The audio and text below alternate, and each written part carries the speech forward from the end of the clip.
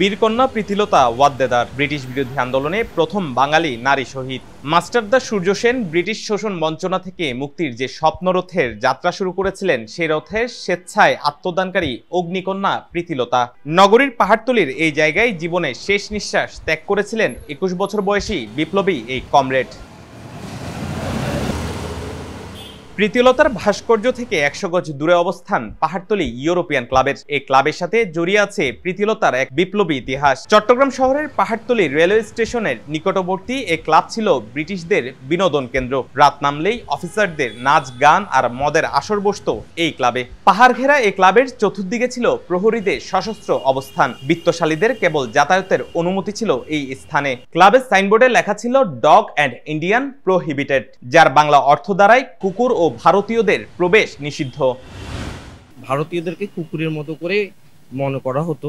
সেই European club আক্রমণ করে তিনি দেখিয়ে দিয়েছেন যে ভারতীয়রা স্বাধীন জাতি এবং এই দেশকে লড়াই করে এখানে স্বাধীনতা আনতে হবে। ফলে এখানে যে মনুমেন্টটা আছে, পাশে যে ইউরোপিয়ান ক্লাব আছে, এটা আমাদের দেশের একটা সংগ্রামের ইতিহাস তুলে ধরে। ব্রিটিশ বিরোধী আন্দোলনে দেশের মানুষ কীভাবে লড়াই করেছিল, রক্ত দিয়ে, জীবন দিয়ে এই দেশকে স্বাধীন করেছিল, সেই ইতিহাসটা তুলে ধরে। 1932 সালের 23শে সেপ্টেম্বর ঘড়ির কাঁটায় তখন রাত 10টা বেজে 45 মিনিট। মাস্টারদা সূর্য সেনের নির্দেশনায় 15 সদস্যের এক বিপ্লবী দল বেরিয়ে পড়েন ইউরোপিয়ান ক্লাব আক্রমণে, যার দলপতি ছিলেন প্রীতিলতা ওয়াদ্দেদার। 3 দিক থেকে বিপ্লবীদের গুলি আর বোমার আঘাতে কেঁপে ওঠে ইউরোপিয়ান ক্লাব। বিপ্লবীদের গুলিতে নিহত হন মিসেস সুলেভান। অফিসারদের পাল্টা গুলিতে আহত হন দলনেতা প্রীতিলতা ওয়াদ্দেদার। ক্ষতবিক্ষত পায়ে যখন আর চলার শক্তি নেই, তখন পটাশিয়াম সাইনাইড খেয়ে এই জায়গাতে জীবনের শেষ নিঃশ্বাস ত্যাগ করেন বীরকন্যা প্রীতিলতা।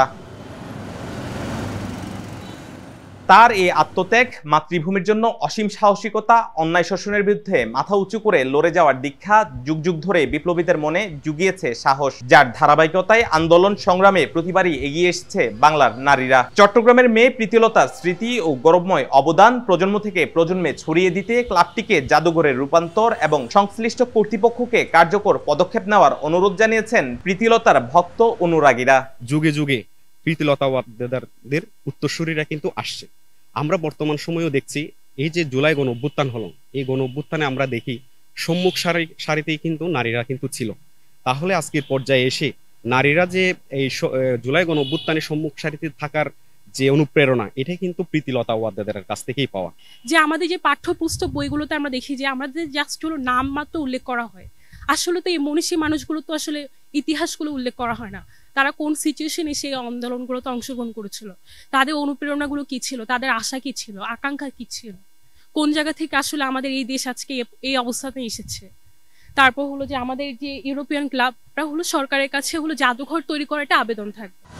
তারুণ্যের শক্তি নিয়ে মাত্র 21 বছর বয়সে ব্রিটিশ বিরোধী আন্দোলনে আত্মত্যাগকারী চট্টগ্রামের অগ্নিকন্যা প্রীতিলতা ওয়াদ্দেদার। এই ক্লাবের সাথে জড়িয়ে আছে বীরকন্যা প্রীতিলতার উজ্জ্বলতম ইতিহাস, তার অমর স্মৃতির প্রতি গভীর শ্রদ্ধা। ইতিহাস, ঐতিহ্য আর ভালোবাসায় বীরকন্যা বেঁচে থাকুক যুগ যুগান্তর। অনিক আখন্দ, একান্ত, চট্টগ্রাম।